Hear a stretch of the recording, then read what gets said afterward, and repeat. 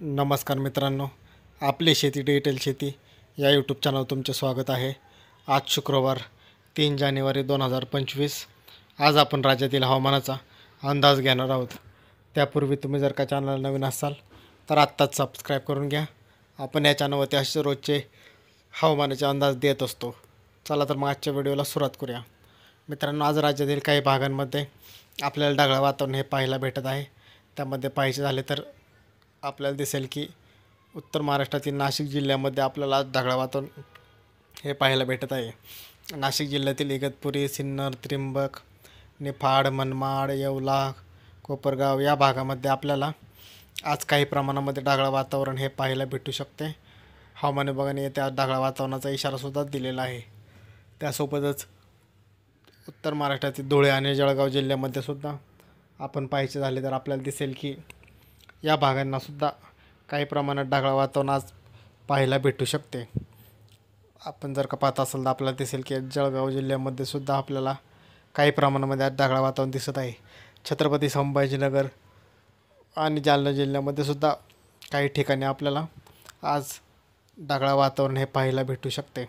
आपण जर का पाहत असाल तर आपल्याला दिसेल छत्रपती संभाजीनगरमधील कन्नड, सिल्लोड, चिखली या भागामध्ये आज ढगाळ वातावरण आपल्याला पाहायला भेटत आहे. जळगाव जिल्ह्यामध्ये सुद्धा आज ढगाळ वातावरण हे आपल्याला दिसणार आहे.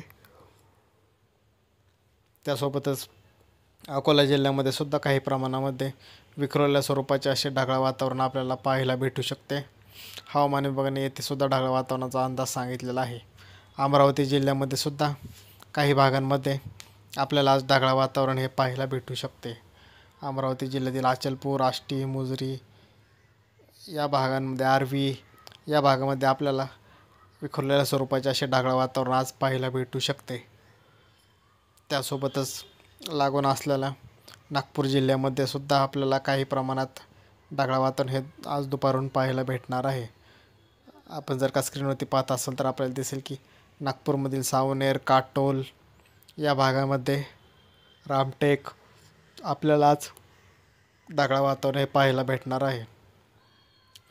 त्यासोबतच वर्धा जिल्ह्यामध्ये सुद्धा आणि यवतमाळ जिल्ह्यामध्ये सुद्धा आपल्याला आज ढगाळ वातावरण हे पाहायला भेटणार आहे. यवतमाळ जिल्ह्यामध्ये सुद्धा आज विखुरलेल्या स्वरूपाचे असे ढगाळ वातावरण असणार आहे. त्यासोबतच जर का पाहायचे झाले तर आपल्याला दिसेल की लागूनच असलेल्या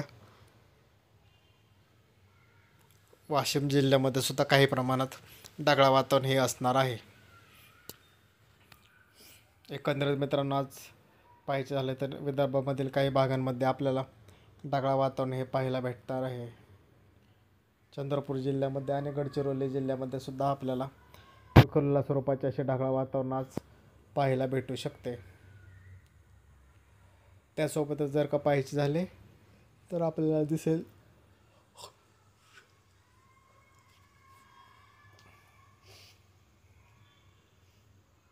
नांदेडमध्ये सुद्धा आपल्याला विखुरलेल्या स्वरूपाचे असे ढगाळ वातावरण पाहायला भेटेल. लातूरमध्ये सुद्धा आपल्याला काही प्रमाणात विखुरलेल्या स्वरूपाचे असे ढगाळ वातावरण आज पाहायला भेटणार आहे. परभणी जिल्ह्यामध्ये सुद्धा ढगाळ वातावरण राहील. अधिक माहितीसाठी आपल्या यूट्यूब चॅनलला आत्ताच सबस्क्राईब करून घ्या. धन्यवाद मित्रांनो.